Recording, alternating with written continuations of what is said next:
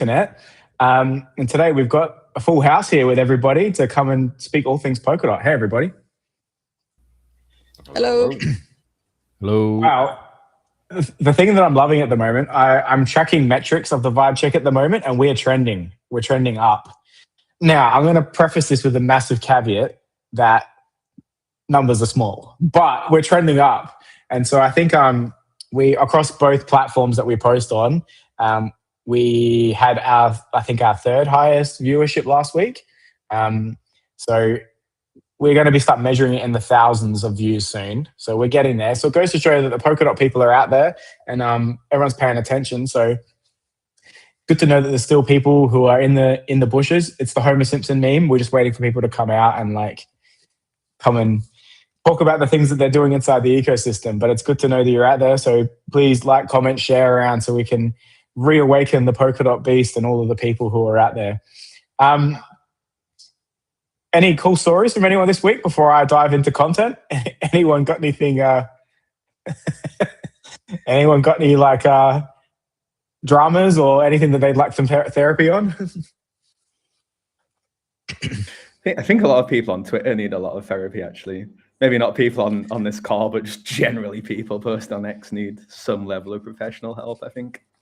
Yeah, in Asia at the moment, it's event season, and so the big conference is in Bali this week, which is CoinFest, which is always a big one. And I think this is the first time in the last 5 years that Polkadot does not have a presence officially at it. It's always been like a big event. And then in a couple of weeks, it's like Token 2049 in Singapore, and so everyone's probably coming out of the woodwork for the first time in quite a few months, probably for the start of the year in this part of the world at least. And so it's been interesting getting messages from people who I haven't spoken to since this time last year. They're like, oh, what events are on? And so it's good. There's a whole bunch of stuff happening. Normally, everyone's just been in coffee shops working on their vibe-coded AI products, but everyone's actually coming for meetups at the moment, which is it's cool to see the energy back. The vibes are back. All right, let's launch in. So some interesting ones this week. So we got a couple of ones from the forum, which I guess we could probably address first. Proposal to introduce $50 burn fee for Treasury proposals. So I was actually messaging back and forth with a couple of you guys this week about this one. Anyone want the first pitch on this? Anyone read this one? I don't think this is going to do anything. Oh, sorry. Go ahead. It's, I think I need to maybe correct myself. I think if you don't put the decision deposit, you don't get the submission deposit back. I think it's definitely if it gets rejected, you don't get the submission deposit back or something like that unless it changed. I mean, the thing to fix this is just up the submission deposit, which is like one line. So if people want to do this, you could make it $1,000 worth of dot or whatever is all right. The problem is whenever you increase it, you just get people that cry as well. Like root being expensive is expensive for a reason. People cry because they can't propose forced transfers and stuff.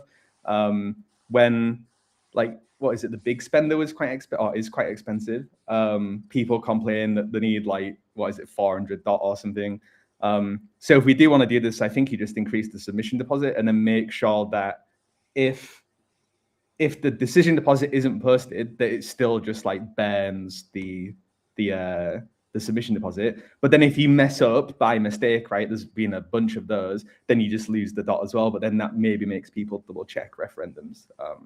I mean, I'd be generally in favor of just that kind of thing because the spam is annoying.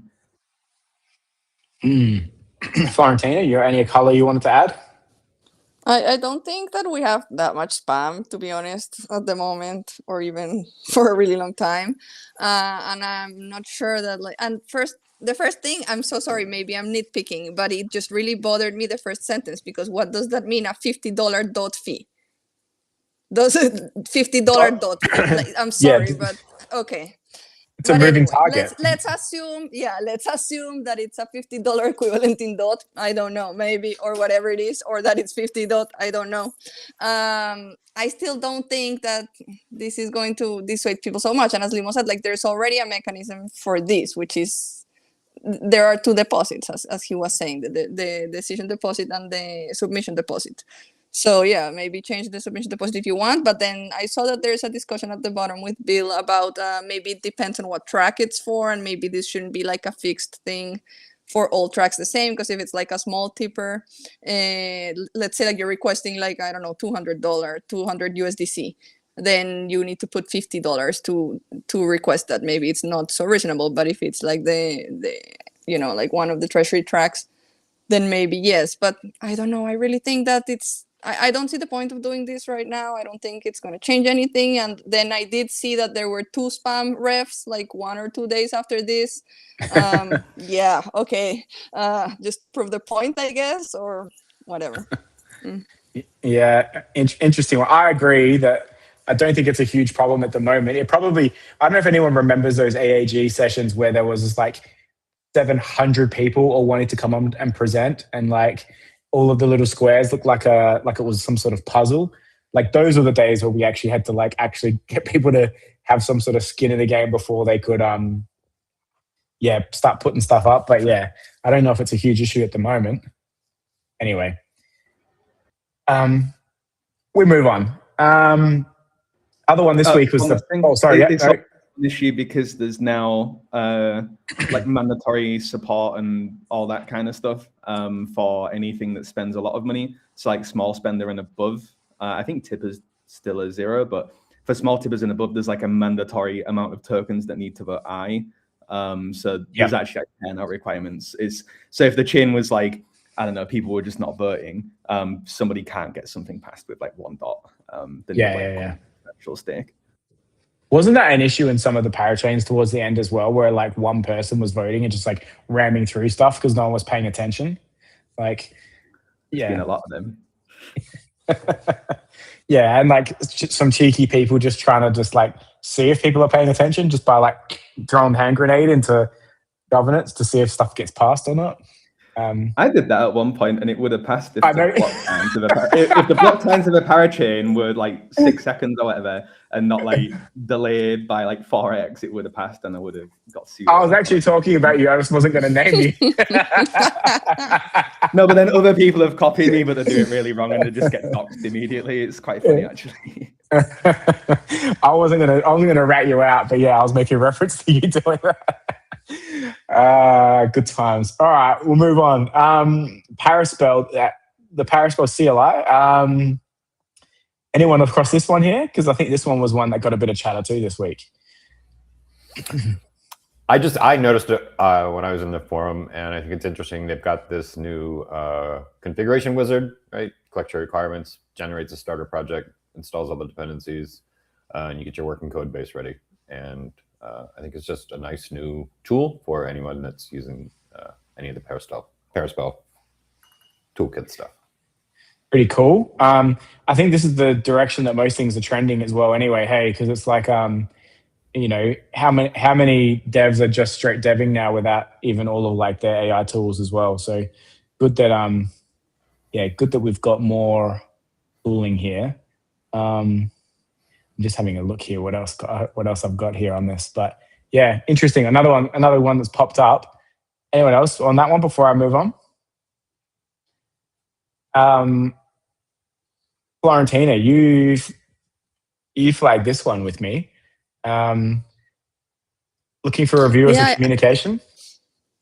I just read it. I had been out for the day, but it's Pierre Aubert, who is looking for French-speaking people who want to review what he's written, and I think it's really interesting. So basically, it's about age control. You know how they want to protect the children now. So many of the governments around the world by verifying age of people. So this is a little bit of a text written to educate people around privacy and zero knowledge and decentralization and what that means in the current political context.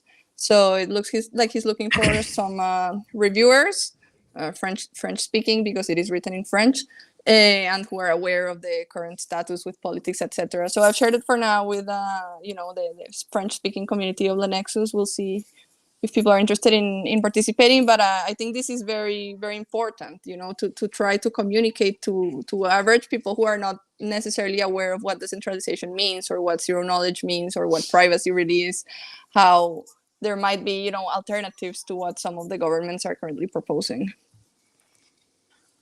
Not to derail this conversation, but like this kind of hits on something that we spoke about last week off air around the idea that like when you've got a decentralized, immutable internet that anyone can put anything up, there's got to be some sort of like unsavory content that you wouldn't want posted in said places.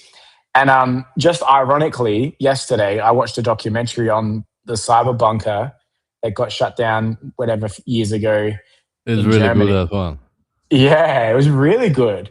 But it goes to show that they actually got convicted for like hosting the servers. They were convicted for aiding and abetting criminals because even though they weren't actually running or posting said criminal behavior, but just for hosting it. I don't know what ramifications that has around decentralized tech. They were always saying they were like the badass who were running everything in a cyber bunker. But everyone that was in the hosting game in Germany and in the Netherlands and in Europe, we all know that they were full of bullshit. And there was always like, they call him the Penguin. It's like this criminal that was running and everything, who was like, he got busted for like producing MDMA in the 90s. And then he was like the front figure. But interesting. I almost volunteered for them and got an internship like 15 years ago, something like that. Whoa, wow. Look at you in a different life, hey? Yeah, but anyone who's curious, even go to YouTube and just chuck in Cyberbunker. It's an interesting story. But yeah, I think they all got like 4 years in jail just for like hosting servers. So like, I don't know how this... Except this one guy whose name is like Steph or something like that, who's like still doing it. It's like a skinny, bald guy who's like still keep on doing the torch. It's pretty crazy. Interesting. Well, I won't drill down more, but this is going to be relevant conversations, especially in our ecosystem in the coming years. So I'll move on. All right. So this actually was pointed out as well. There's been a bit of Kusama Shield action happening on Nova Wallet this week, boys. Yeah, pretty cool, pretty dope. And now it's full interoperability between all the substrate stuff and all the EVM stuff. So all the Polkadot wallets, they all work now natively in the EVM environment thanks to the new Revive stuff. So you can basically submit EVM calls with your Polkadot wallets, which is pretty cool as well. Very cool. Yeah, worth checking out. Very, very cool. Nice work, guys. I think cool tools getting used in like obviously probably the best user interface we have inside the ecosystem. So yeah, good to see some collaboration going on there. Who wants to summarize Hydrations Week? I've got this one plus also the ref that they've just had here. Anyone know anything about what Jakob's got going on here? I don't know if I read this one from Jakob, but they're doing a lot of stuff with different assets, right? I think that they have this propeller thing in this paragraph here. Anyone who spent time with me knows I try to apply first principles thinking that one. This propeller thing sounds interesting. I need to get my head around it again, but it's some kind of, I think it's like borrowing and lending, but the protocol protects you somehow or something like that. I'm probably butchering that like crazy. It got a lot of people talking about it. I can add a little bit on that. On the propeller, it's a new savings product that automatically loops yielding positions using deposited crypto or real-world asset collateral to earn the yield without the liquidation risk during the crashes. So evidently, it manages the entire borrow and unwind process, and the user only needs to deposit and withdraw. So I know there's been a few teams, even inside Polkadot, that have played around with this over the last couple of years. I think Kylix was one of them, and where it didn't quite get off the ground. But the idea was these like self-repaying loans where like you are using collateral that have a yield that would then go and be able to pay back. And so then there's not so much of a liquidation requirement because your collateral is locked until you can I guess, pay off the loan. But if you don't, it's just there and it will self-repay. So like, I think this just talks about like different types of collateral. And I think something that Hydration's been really good at is getting creative with types of collateral. Like that's all that a Gigadot was, is that you had staking yield plus you had trading fee yield all mixed into like a single product. I feel like the ecosystem, the broader crypto ecosystem, missed out a little bit in like peak Hydration, like creative days, because some of that stuff was really, really cool. And it would have been great for like the whole world to see that when they had $500 billion or $500 million TVL. But yeah, shout out to those guys, because some of the like, I guess, token offering stuff was very interesting. And yeah, self-repaying loan is awesome. Like,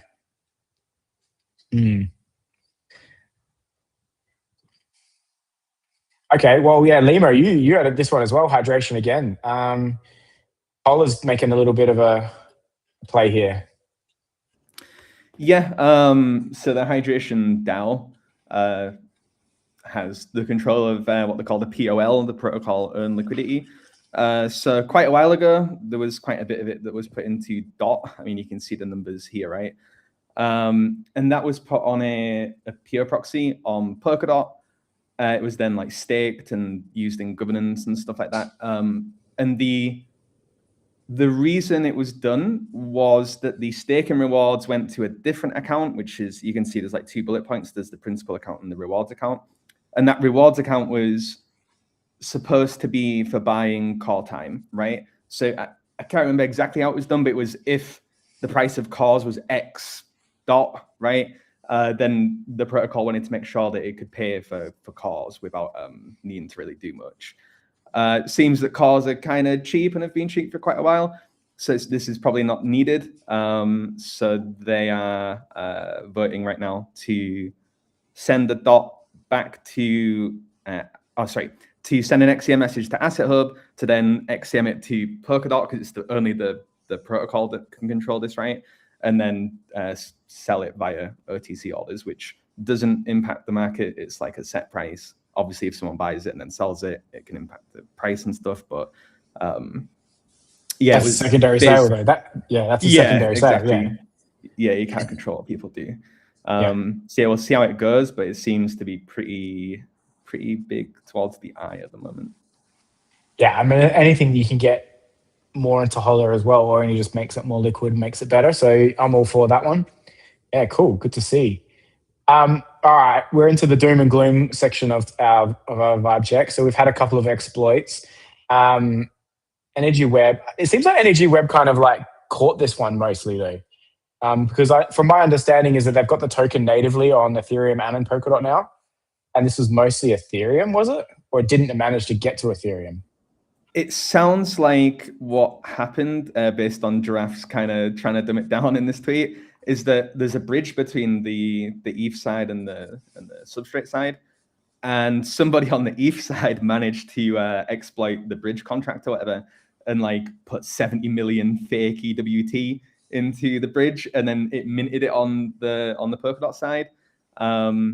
That person then seemingly, or some other people, I don't know the specifics, tried to sell it on Hydration, which caused a Hydration to like reject incoming XCM transfers, because if there's a massive influx of a particular token, normally as an exploit, so the Hydration protocol like froze deposits and stuff, which is pretty good. The team then, in the second tweet in this thread where it says the purge, the team did use the pseudo key or governance, whatever, to basically undo everything, because the guy or girl, whatever, that like attacked Energy Web, they then just started sending tokens to everyone, right? So I think they got like $17 million worth of EWT, and then they just started sending like $6,000 to everyone, including people with like on-chain IDs and stuff. So it was a bit interesting, but I think it's fixed now. Trying to cover tracks by just like implicating everybody, or was that what the idea was? Maybe, but I think the damage was pretty minimal, because they managed to revert it all, and like Hydration, I don't think suffered because of the protections they've got. So was that a manual thing, or does that just happen natively inside Hydration? Yeah, it's an automatic thing. So basically, whenever there's like an exploit anywhere, normally what happens is people try and dump it on decentralized exchanges into something else and then bridge it out of that ecosystem. So, for example, if you were gonna do an exploit on Polkadot, you would probably want to like bridge it into like TBTC or something or Sol, and then like bridge it out and then like swap that with atomic swaps into something else that maybe we won't talk about, and try and hide it that way. So yeah, hydration has these built-in systems where it like suspends trading or whatever, and then I think governance has to re-enable it. So in this case, it's still disabled as far as I understand. Because EWT is not in the Omni pool, is it? It's got a. It's an isolated pool, yeah. Yeah, it's an isolated pool. I didn't think it was. This was one of the first projects that like I got so excited about, like back in 2021. So I kind of like feel like when I first saw this, I was like, man, this is like a blast from the past, because this is one of my like bull posting ones that I was like so excited about. So yeah. Oh, good that they caught it mostly. Yeah, and from what I understood from their post on their Discord, there is no, like, the EWT token is not affected. It's only the EWX layer where the issue was. Okay. And then what it says here is that both bridges, the EWC to EWX and EWX to Ethereum and back, are currently paused, and they will resume operations once they finalize all their checks and everything, and then reopen the bridges eventually. But it's not their ERC20 token. It's not the EWT. Because EWX is the parachain, yeah? Is that correct? I think so, yeah. Yeah, because I know that the token first initially got like minted on Ethereum, and then it got replaced with like the parachain token, and then they also then migrated it back so then it could be both, from what my understanding is, so it can exist in both ecosystems. Yeah. Yeah, Bifrost also has had some solutions which have come out about the removal of V, ETH, and Manta from the Omni pool. Is that what I'm understanding here? So like they've had, this is the Hyperbridge asset recovery. So this is the continue unwind, because last week it was hydration, removing them from the Omni pool. So this is different again. They've got a cleanup coming from the Hyperbridge exploit, which is interesting because I've got something on that in a minute. Anyone else have read about this one or been affected by it? No, but Nope. I think there were a lot of people waiting to get some kind of response to this incident. There were many forum posts over the last few months trying to get some of the attention. Some people were trying to get the attention of the Web3 Foundation, of Hyperbridge, and of Bifrost to kind of get some kind of answer on the tokens that they lost. So I don't know if this is going to make them happy or not, but at least there's some kind of response to something related to that incident. Well, if you're affected by this, anybody, and you are affected by Bifrost, at least there is some commentary here. So go and check it out on their X account, this is interesting because the next one I had was actually Sean from Hyperbridge. I thought this was a little interesting exchange here. Ironic that Sean spends his entire time these days selling his product rather than coding. But then he's like, yeah, nah, that's not the case. Like, look at all the stuff that I'm doing here. And I've always like kind of enjoyed like Sean's like X game. I always thought he's actually been like very, very cool, the whole Web3 philosopher thing. Super unfortunate. My understanding is the Hyperbridge or the bridge token is actually paused at the moment because it was delisted from MEXC, which was the only place it was trading. So my understanding is their token is actually going to need to be relaunched as well. And from what I've heard on the grapevine, not official sources, but on the grapevine, is that they have every intention of doing that still. They're just trying to go and reboot, I guess, or unpick some of the stuff that they had to sort out when the bridge was hacked. But yeah, a bit going on here. Yeah, I recognize the game, the X game, though, that's for sure. I think you're muted, Limo. No, I was just agreeing with you. He's funny. Yeah, nah, he is funny. Well, this one also, last one from me, is that the White Rabbit. I would love to know what the White Rabbit, like, what their working dashboard looks like, because I feel like more gets put out of this guy than anybody. But he's gone through and he's, I guess, used AI to account for everything that was spent in the Treasury and has created a dashboard for it. So it's gone through and said, effectively, we've got all of the tickets and all the receipts about everything that the Treasury spent money on. And the grand prize of number one that received the most amount of funding was Inter Miami. And then goes off to list everything in order, PBA, Brave, which I thought is wild because that hasn't been shipped yet, has it? There was an update like a month or so ago saying that they still said it was coming. Still a work in progress. Yeah.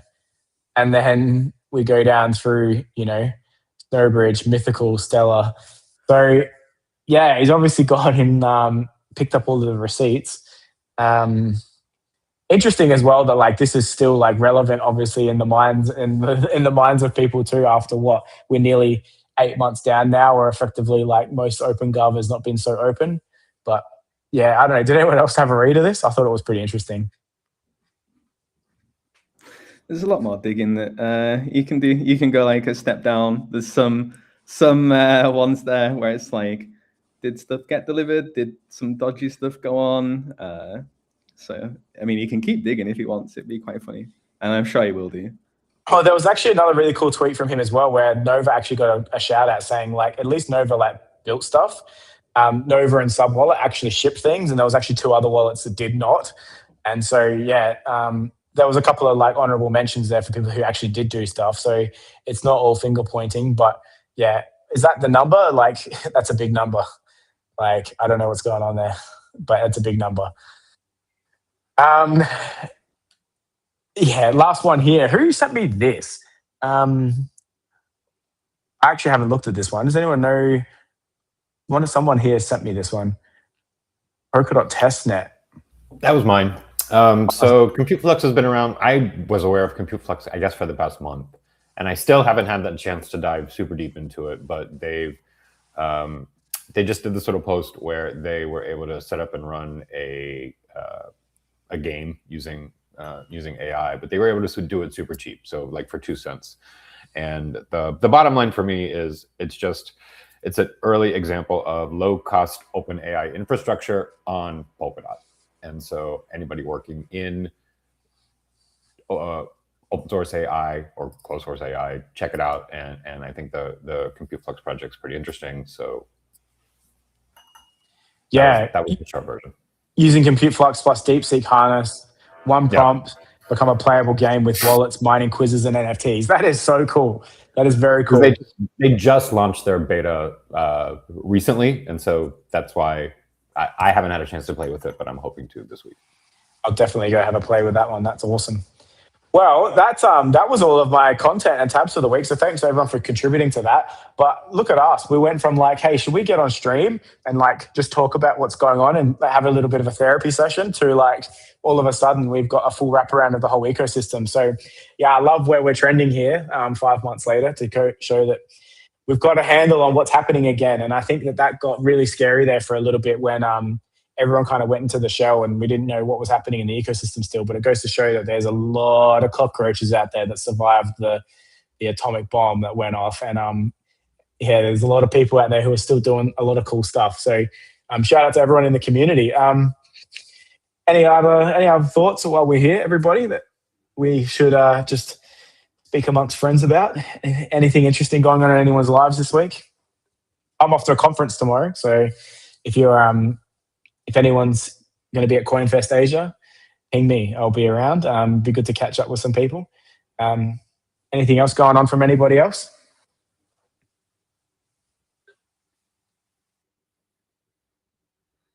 All quiet from me, I think. We're all quiet. All right. Well, we probably can wrap it up there then. Thanks everyone for your participation and contribution. And thank you to you, the viewer who is watching us. We're going to try and crack 1,000 views this week across platforms. So if you would like to come and get involved, or you've got news that you would like to share and for us to cover inside the Polkadot ecosystem, feel free to do so. We're open to everyone and anything. We want to make sure that this is an open place where anyone can kind of come and talk about something that you might be building or your thoughts on the ecosystem.